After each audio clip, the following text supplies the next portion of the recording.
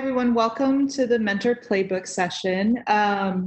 Just wanted to let you know, thank you for being here first off, and then also if you take a look at the bottom left of the screen, you'll see my Twitter handle there, at Gabdom. So if you think of any questions that we don't get to at the end during the Q&A session, please reach out to me there. If you have any feedback for me, how I can improve the talk, I'd love to hear that so I can continue to improve the talk. So please send me a message, tweet me there at Gabdom. Also, the content for today's slides is licensed under Creative Commons Attribution Share Alike 4.0 license. So if you want to use any of the content for today, feel free to do so under that license. And then the QR code at the bottom right of the screen, that'll actually take you to my website where there will be a link to these slides if you're looking for a link. I'll tweet it out after the session, but also you can just go to my website and grab it there. So the Mentor Playbook is basically everything that I've learned throughout the past few years in terms of mentoring. I transitioned into a development career from sysadmin work a few years ago. And I did that by including mentoring as part of my process of getting into development. And at the time, I totally felt like I was in way over my head. But in retrospect, if I take a look at it, you know, I knew HTML, I knew CSS, I was helping mentor women at a monthly coding class. And I definitely had the knowledge set, or at least knew how to go to my fellow mentors and ask them for help if I didn't. But it still was super overwhelming and it was super intimidating. So eventually, after volunteering for a few years for that monthly coding class, I moved on to become the mentor director for the coding class. And I saw a lot of the women who were going through our program. A lot of them were trying to change careers. So they kind of became attendees, went to all our classes, and then they would become mentors typically, and then they would get their first development job. So I saw a lot of women go through that track, and the mentoring pit stop was always like a real hurdle. You always kind of had to give them a push to get there, and everybody was super hesitant to do it. So I decided to put together a mentor playbook because my expectations when I started mentoring were definitely not what the real expectations were. And kind of to ease some of that discomfort when it comes to mentoring. So my goal today is to reset some of your expectations, to give you some idea of what to expect and also how you can effectively mentor so that hopefully you can approach a mentoring opportunity more confidently and more comfortably. So what is mentoring? Mentoring is going to be supporting someone in order to facilitate their journey to getting where they want to be, right? So it's not telling them where to go. It's not having all the answers for them. It is supporting them through that process. What's important is that you're there to give them support and then let them learn from your prior experiences as well. So let's talk a little bit about where you can find mentoring opportunities. You can find mentoring opportunities in your one-on-one relationships, right? So sort of what we probably think of more traditionally when we think of mentoring is going to be that sort of mentor-mentee relationship. You can also find mentoring opportunities within educational environments. So it doesn't necessarily have to be something so formal as the coding class that I mentioned earlier, but it can be something kind of like informal or formal training at your job. We do this thing at Crema at my work where every other Friday we do a dev chat and a lot of times somebody will present. So that's kind of a great mentoring opportunity as well. We take like a development topic and we talk about it and we discuss it.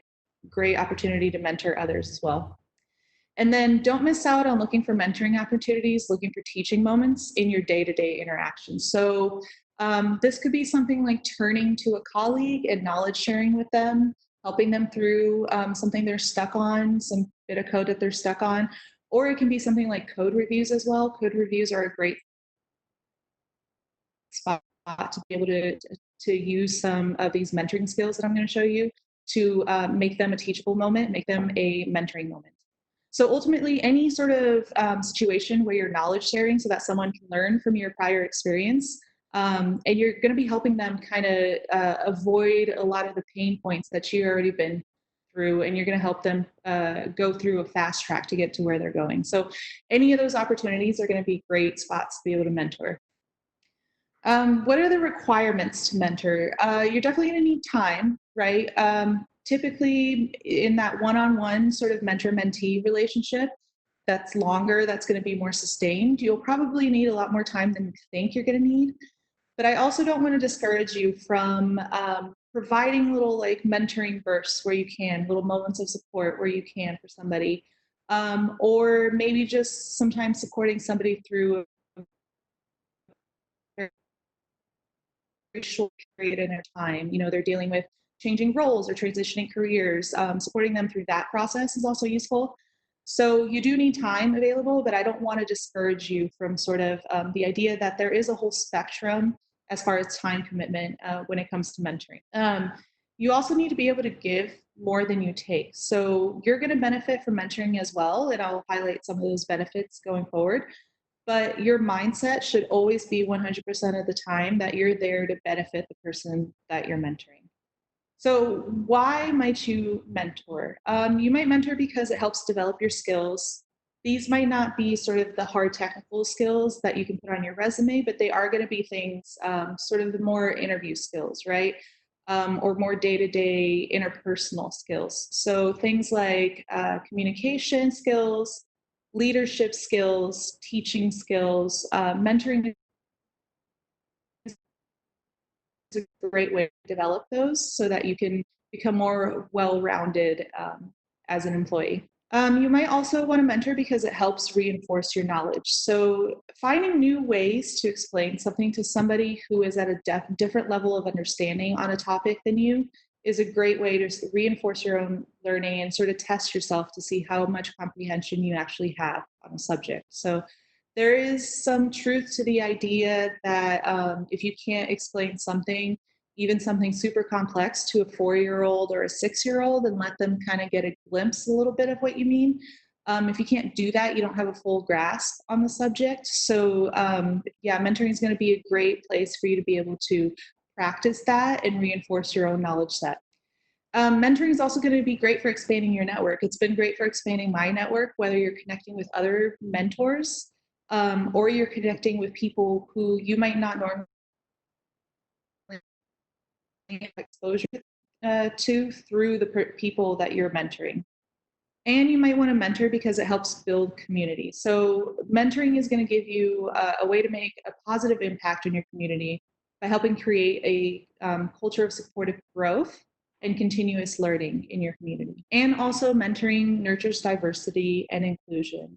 We all kind of intuitively know, a lot of us intuitively know that diversity is important, but really the introduction of varied perspectives into a community, into a company, is a tangible marker in their success, even financial success.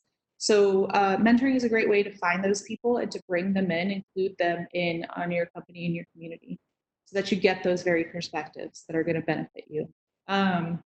So if you kind of look around at your communities and you don't see enough representation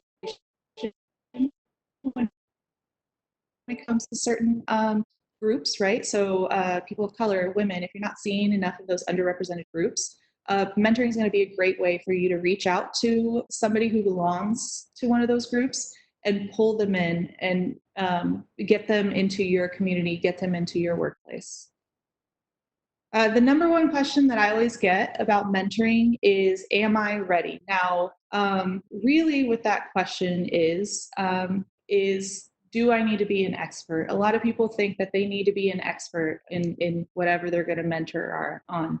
And the answer is no, you don't. So a lot of us have been in the situation where we've been around somebody who is an expert in their field, right? It could have been like a college professor who just kind of like talked over everybody's head and wasn't really good at teaching. It could be a colleague who is, you know, the person that everybody relies on when it comes to information, but really they're kind of a bottleneck and they're not effective at knowledge sharing, at dispersing information. Right. So we've all been in those situations where we see somebody who is an expert, but they're not effective at teaching. They're not effective at knowledge sharing. So You don't need to be an expert in order to develop your mentoring skills. And saying something like, I don't know, like admitting that you don't know something makes you relatable. It's going to be super intimidating if you're trying to learn something from somebody who just knows all the things, right? And mentoring is really about two people together in a developmental relationship who are going to support each other through mutual growth, mutual learning. And there's going to be mutual support there, right? So, one of my favorite things that I've ever heard about mentoring is basically wherever you are in your career right now, even if you're just now starting, there is somebody who is looking to be there, right? There's somebody who is, that is their next goal, that is their next step. So everyone in here, everyone who is participating and making progress in their career is absolutely qualified to help somebody who is trying to get to the same place that you are. I want to cover a little bit the stages of competence. This is basically the cycle of learning. So anything that you have learned in your life, whether it was when you were little and you were learning how to ride a bike, or it's going to be, you know, the next tech skill that you pick up tomorrow. Everything that you've been through, that you're going to go through, you're going to go through these stages of competence. So you start out at the idea of unconscious incompetence. That basically means that you don't know what you don't know. And once you do find out everything that you don't know about, you can move on to the idea of conscious incompetence, right? Which is a super fun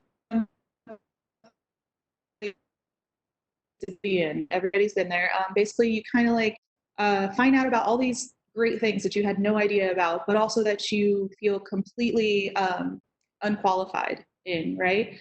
So, what you're going to need here, it's really easy to get overwhelmed. So, you're going to need resources and you're going to need discipline in order to be able to move on to the idea of conscious competence. So, conscious competence, it takes time and motivation. Basically, what it means is that you gain this new knowledge set, you can execute on this knowledge set, but doing so is going to take a lot of energy. It's going to be a very deliberate effort in order to execute on that knowledge set. So, you're going to need a lot of practice and you're going to need a lot of support in order to move on to the idea of unconscious competence. This is when you've spent enough time, you've put in enough effort for you, the knowledge set that you're working with sort of becomes second nature. This is sort of what we think of in terms of mastery of a skill. So if you've been through this process, which everybody has, right? You're super intimately aware of the frustrations that come along with every single one of these steps. That means that you're qualified to help somebody through the same process.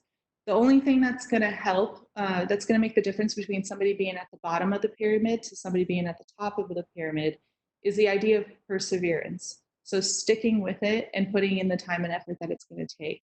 Sometimes some people, you might have other distractions in your life. You might have other obstacles that you're trying to overcome in your life. And having a mentor step in and be there to support you through this process can make all the difference between you not giving up and you actually making it to the idea of unconscious competence.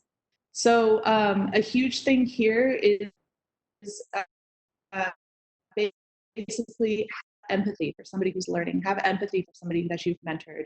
And if you've been through this in your craft a handful of times, or even just a couple of times, you're well equipped to help somebody through the same exact process.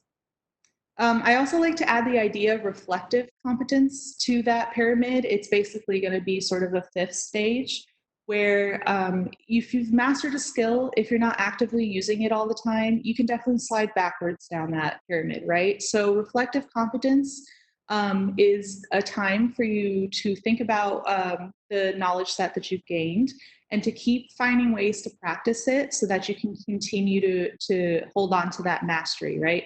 And mentoring is a great opportunity to do that too. Again, if you're explaining this new knowledge set that you've learned to somebody that you're mentoring, that's a great idea to reinforce, great way to reinforce your own knowledge. So a quick note about jargon. When you do reach that level of mastery in a skill of unconscious competence, it becomes second nature. It kind of becomes like a part of your intuition. The other thing that happens is that something like vocabulary or something like jargon also becomes second nature. So your communication has to be super deliberate when it comes to talking about that subject, right? Jargon is a shortcut to communication. It's not actually communication that's made to further understanding, right? So it's only going to be helpful when there's already a prior shared understanding. For example, like if I told you that tonight I'm taking an Ashtanga class and we're going to work on bandhas and vayus in terms of how they work with front openers and back bends so that we can work on some second series asana prep, right? You might have no idea what I'm talking about. Maybe you do. But if I was to have that conversation with you, if I was to tell you about that, maybe instead of Ashtanga class, I would say yoga class because yoga is a much more common term and people have some idea of what yoga is, right? Or maybe there's already a prior shared understanding there and what I said totally makes sense to you, but I don't know that until that's been established, right? And if I was to have that conversation with you, I would want to make sure that either I'm choosing different words or I'm explaining the vocabulary. Is it worth it for me to take the time to tell you what Ashtanga is, right? So keep that in mind when you're talking to somebody, when you're mentoring somebody, as far as the jargon and the vocabulary that you're using. So, what happens when you inevitably don't know something, which is totally going to happen, right? So, this is a great time for you to just hit pause. At any point, if you don't have the right information, you don't have the right experience, or you're not in the right emotional state in order to be able to give a valuable response, you can absolutely hit pause. You can walk away, use your resources, and come back with a clear and valuable answer. This is also a great teaching moment for somebody that you're mentoring. The idea that you don't know everything, but you do know how to hit pause and you know how to walk away and use your resources in order to gain some information, that's really going to help somebody in terms of their learning process feel more comfortable not knowing something or using their own resources to find out about something.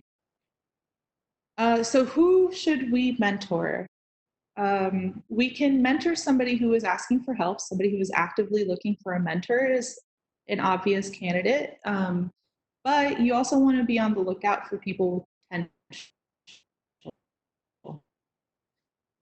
This could be somebody who is a natural born leader. It could be somebody who is just kind of quiet, but they have a real natural ability when it comes to a few different things, or they have really good intuition about a few different things. Mentoring is going to give you that opportunity to help them develop those abilities and also develop other abilities as well. So you can have a huge impact there if you're actively looking for people who have potential. You also want to be on the lookout for people dealing with change. So change is always stressful, right? Whether it's a good thing or a bad thing, it's always going to be stressful. And how great would it be if somebody came up to you right when you needed the support and offered their support? Also, make sure that you're looking both inside and outside of your own network for somebody to mentor. Maybe you can find somebody who has a different background than you, who comes from an underrepresented group in your field. So uh, that'll allow you to bring in their very perspective and it can help you even work on and identify your own unconscious biases so that you can be more inclusive. So how should we mentor? We kind of think of mentoring as like it's just this innate ability, it's easy. We do the same thing with teaching. And really it's actually a pretty hard skill. It's a skill that you have to practice, you have to learn, and you have to improve over time. So you want to make sure that you're mentoring first and foremost by building trust. Some way to build trust is not going to be any different than in any other relationship. You want to make sure that you are coming off as reliable. You're going to follow through on the things that you say that you're going to do. You also want to keep confidentiality. So if somebody you're mentoring tells you something in confidence, don't share that with anybody else. Don't share that with your groups, your network or their network groups or their employer or whatever, right? So keep a certain level of confidentiality. Also, sharing of yourself is going to be super useful in terms of building trust. We kind of naturally don't trust anybody who kind of looks like they have something to hide, right? So share of yourself, be human, be relatable. And building trust is going to be super important because it's going to give you the building blocks that you need in order to build credibility and effectively mentor. Another thing you can do for somebody you're mentoring is help them prioritize. Ask them if they have prioritized what their goals are for the next year, what their goals are within the relationship, the mentoring relationship. If they haven't figured that out, help them figure that out. And set expectations. So definitely make it clear that they're expected to follow through. They're expected to be reliable. You can sort of lead by example here too. But more practical things, right? Like, how do you want them to contact you? Does Slack make sense? Email, text, call? What makes sense for you? What times make sense, right? Is during the day when you might be at work, is that okay? Or evenings, like a Monday at 8 p.m., is that okay, right? Or weekends? Do you want to sort of ad hoc, whenever they need help, they can reach out? Or do you want to set up a recurring meeting, right? Do you want to give them access to your calendar so that they can set up meetings there? There's a lot of options here. Whatever works for you is totally fine. Just make sure that you're kind of laying the groundwork for that and you're letting them know what to expect and how to best utilize the relationship. And also, you want to mentor by introducing the person you're mentoring to your network, right? This is something that can have a huge impact on somebody that you're mentoring. Basically, if they meet other people who might also be part of their support group, who might also become their mentors, that can be huge for them. And you want to make sure that you're always, always, always assuming infinite intelligence and zero knowledge.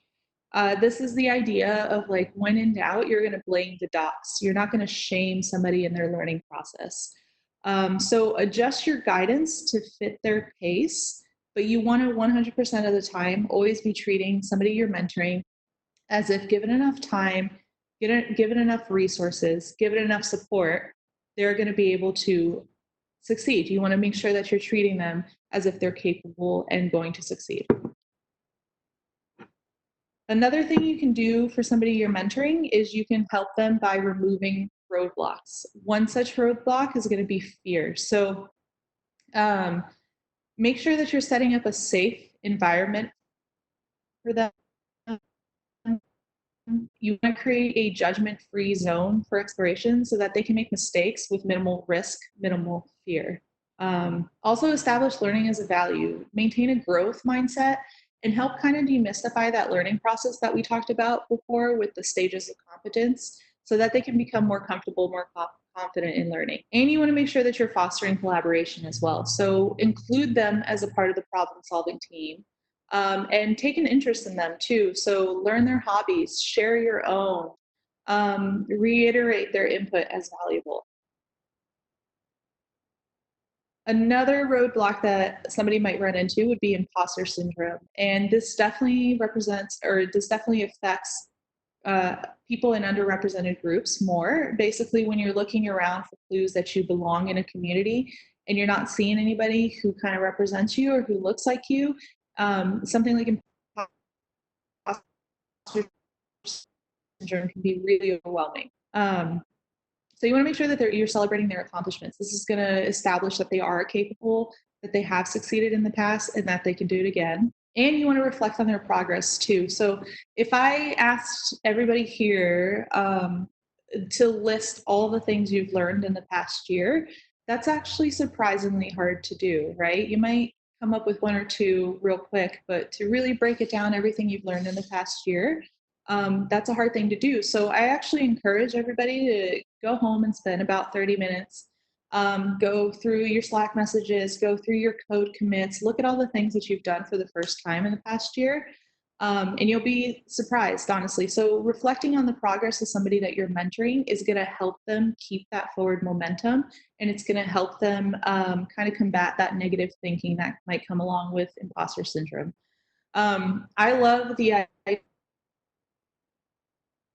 idea of a brag book here, basically what that is like some way to log, date and accomplishment, next date, next accomplishment. Just log that over time. That really helps you keep kind of forward momentum, keep that growth mindset. I've also heard from a lot of people that this helps them when they are having a lot of self-doubt or when they're struggling with something they're learning, something new, right? They kind of get to go back to that brag book and they get to get that positive reinforcement from everything that they've accomplished before. Make sure as well that you're encouraging independence. Your goal is not for them to rely on you completely, right? Your goal is to help them be independent and make good decisions for themselves. So you're going to let them deviate and customize where it makes sense from your advice. And you're also going to make sure that they're making decisions for themselves. You want to make sure as well that for good responses when it comes to mentoring. Good responses are going to be approachable, so they're going to be non-judgmental. They're not going to shame anybody in their learning process. They're also going to be vulnerable, right? So share your own failures, share your own mishaps. If you once, just hypothetically, took down a credit card payment processing server and then had the entire staff of a 300 plus room hotel glaring at you as they like manually ran credit cards for the next 2 hours, right? Like share that. That makes you human. That makes you relatable. That makes you vulnerable. Good responses are also present. So that's going to show that you're responsive, you're receptive, and you're available, right? So a lot of this is going to come through in your body language. So make sure that your body language, your nonverbal communication, is actually saying what you want it to say. Things like maintaining an open stance or maintaining eye contact, active listening. So repeating back to them what you think they just said or asking them for clarification. Those types of things are going to go a long way to establishing that you're approachable, you're vulnerable, and you're present. Also make sure that you're not multitasking. You're kind of completely dedicating your time to somebody, your focus to somebody. You're not like kind of checking the time on your watch, looking distracted, all those sorts of nonverbal communication cues. You also want to make sure that your responses are encouraging, especially to the first few questions, so that it becomes easier, kind of an icebreaker for people, for the person you're mentoring to come to you with more questions. And good responses are going to walk the middle path. So they're not going to be too shallow. They're not going to be too deep in terms of their explanation. They're going to give you just the right amount of information so that you can execute effectively, but not be overwhelmed by too much information, right? So avoid the trap of like being too specific and overwhelming somebody with too much information. And you want to make sure that your responses are non-directive too. Again, you're not going to tell them what to do. You're going to help them figure out and support them through the process of figuring out what they need in a situation. So let's take a look at some examples of bad responses. Well, actually, this is something that often is going to provide a minor correction. It's not actually helping somebody further their understanding of something. So be on the lookout for those little nitpicks. If we kind of close our eyes, we can all hear the guy who's in the corner, just like waiting for that opportunity to well, actually you, right? It's not the point of a well, actually. It's not to help you understand something better. So keep a watch on that. Also, something like it's easy. We kind of being encouraging by saying something like, oh, it's so easy, my grandma can even do it, right? But really, you could also be implying that the learner shouldn't even need your help with it. It's so easy. And something like just XYZ. So just do this. Okay, great. That gives them a solution to the problem that they're currently trying to solve, but it's not going to help them with any sort of transferable skills, any sort of transferable knowledge they can take into the next situation and apply it there. So this is a learning process too for you as a mentor, right? I've been guilty of a few of these for sure. So just be on the lookout for these things and be mindful and be improving on these things. Some examples of good responses are going to be something like, what have you considered already? That's going to kind of jumpstart the conversation and get them talking about what the options are, get them thinking about what haven't I considered get them started on that process to coming up with a solution. Something like what went as planned is also really useful because basically it's going to help them assess the decisions that they made, and it's going to help them figure out, okay, what can I improve? What can I reiterate? What totally didn't work and I just need to completely throw it out, right? Again, keeping that growth mindset so that they can keep forward momentum. So what do you need to feel supported is going to be a huge thing. Sometimes, a lot of times, we already know what the right answer is. It's just scary to take that next step and execute, right? So something like what do you need to feel supported is going to help somebody tell you, this is exactly what I need right now. It's just some reassurance that if I did make the wrong choice, and if I, execute badly on this and it goes horribly wrong, you're still going to be there to support me. And then when X, do Y, because Z is sort of the antidote to that just XYZ, right? Now you're giving them an entire process, telling them what conditions apply so that they can, when they run into similar situations, use that same process. So basically, when this happens, my recommendation would be to try this, and here are the reasons why. This is great for code reviews. I actually have a link as well to a talk on how to give code reviews developers actually want that includes this in there, and that's a great talk. Definitely treats code reviews as a mentoring moment. Let's also take a look at some ways that we can mentor better. So we want to be a colleague first and a mentor second. Being a know-it-all is going to make you less effective and really intimidating. So you want to make sure that you're taking care of the relationship first so that you can effectively mentor. Also, self-care is going to be huge when it comes to mentoring. Lead by example here to create healthy relationships, to create healthy communities. So take breaks when you need to take breaks. Just make sure you're communicating in terms of what your schedule looks like. You're not going to be able to pour from an empty cup. So you want to make sure that you're doing what you need in order to refill your well so that you can help others. So things like knowing your limits, setting and maintaining your boundaries.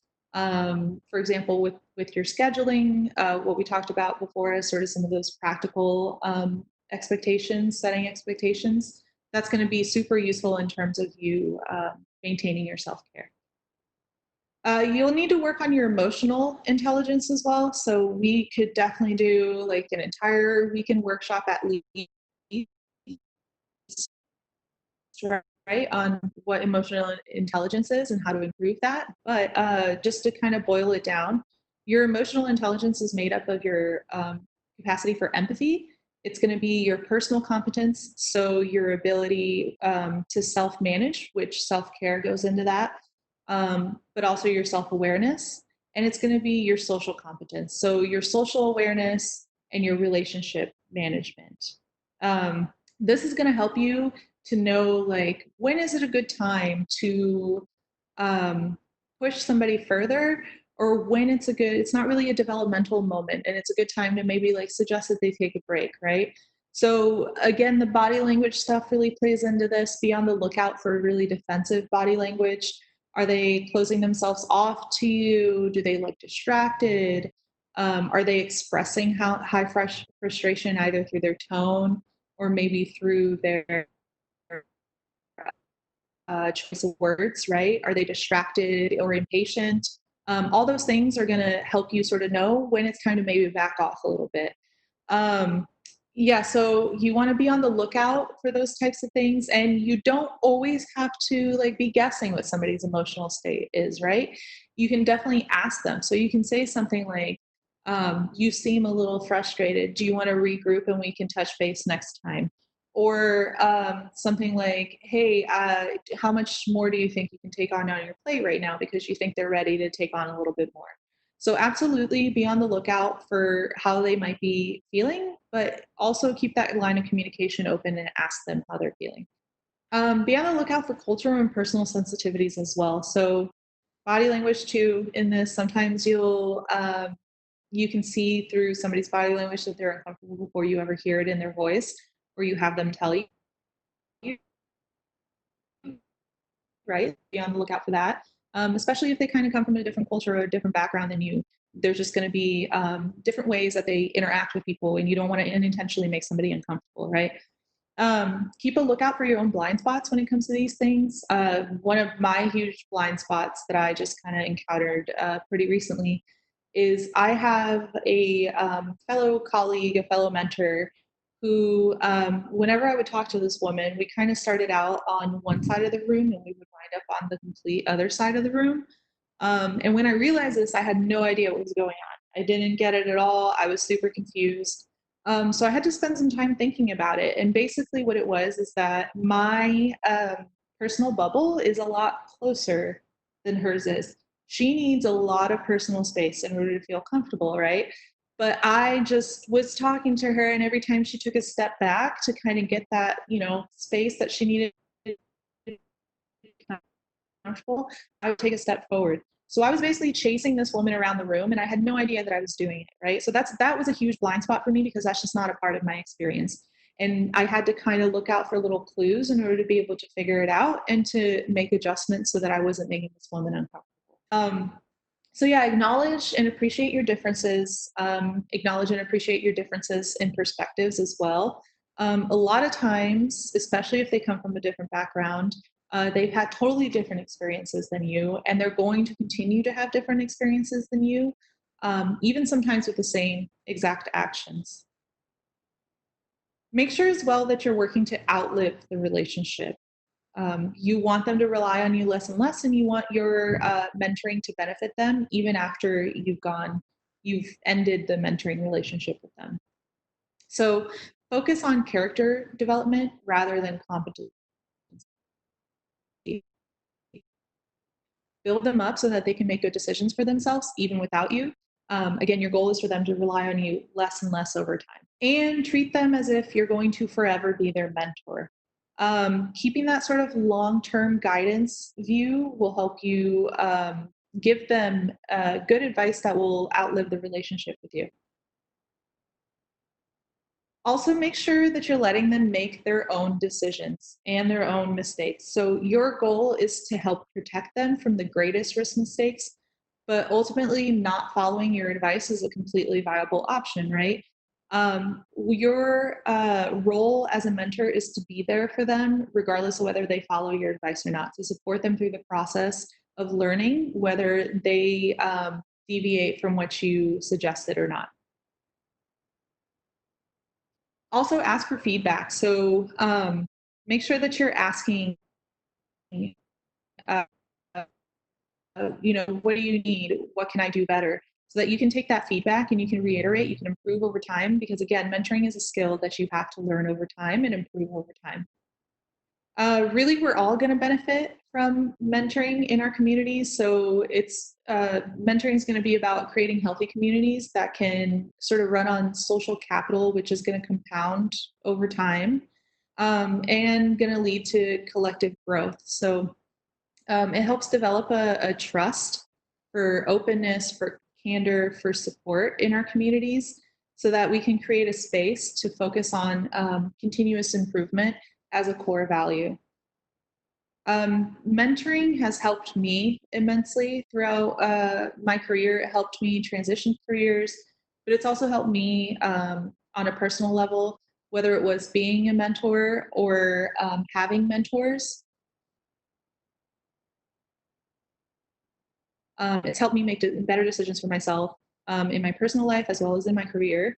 I found a really supportive community of mentors, of people who needed mentoring, and that's been super great. That's been a really positive part of my experience as a developer. So I encourage everyone to take the time to find a mentoring opportunity in your area.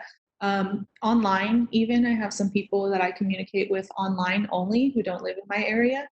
And if you happen to not know where you can find a good mentoring opportunity, reach out to me. We can definitely figure it out together. But I hope that you are encouraged to go out and find a mentoring opportunity. Thanks. All right. So do we have any questions at all?